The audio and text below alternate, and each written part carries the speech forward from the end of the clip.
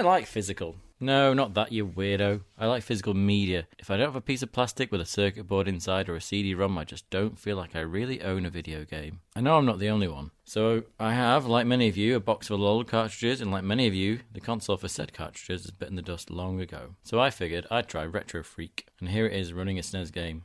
And where is the game, you ask? It's back in the box. You see, this is just another emulator, and yes, you can play it straight from the cart, but combining old tech with new tech creates some issues, as you'll find out later. I already opened the box, so if you want to see someone play with packaging, try another video. You get a 5V AC adapter, no USB charger, which to be fair gives it an old school feel straight away, the base unit, and the adapter, which makes up about 70% of the device. You get a controller adapter, so you can use your old hardware, HDMI, which is always nice, and a USB cable to connect the controller adapter itself. Oh, and possibly the best bit is this Nes adapter, just because I won't have to sell a kidney just to play Duck Hunt. Other adapters are really expensive, so just sell all your old games on eBay and you'll be able to afford them. You'll still have them on an SD card anyway, so it's all good. And that's the problem. My box of games is still really useless.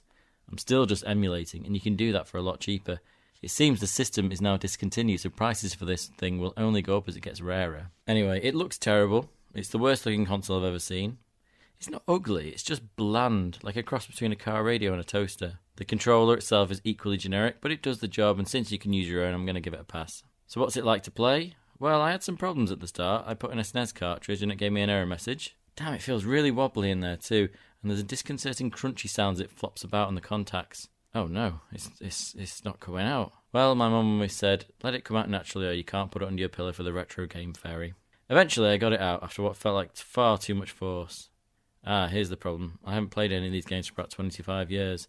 The contacts are showing signs of age, and there's plenty of gunk and corrosion. A bit of contact cleaner and some cotton buds solve the problem. Head over to the website and learn Japanese. Download an update so you can not play Game Gear games because you can't afford the adapter. Start it up, nice little splash screen that's judging you for buying the product itself. A very clinical user interface, but it's easy to navigate. Let's take a whistle-stop tour of the features. Controller settings allow for customization. You can mess about with aspect ratios, change the graphics, turn on scan lines for that CRT feel. There's lots of options here to make the game look as bad as you remember or try to improve it. Some people don't like stretching out the aspect ratio, but I just want it bigger. Story of my life. If you want to play it on a postage stamp, you can force the original resolution, no problem. It plays games from any region, so I finally got to find out what this Japanese Spider-Man game is all about. Spoilers, it's a Japanese Spider-Man game.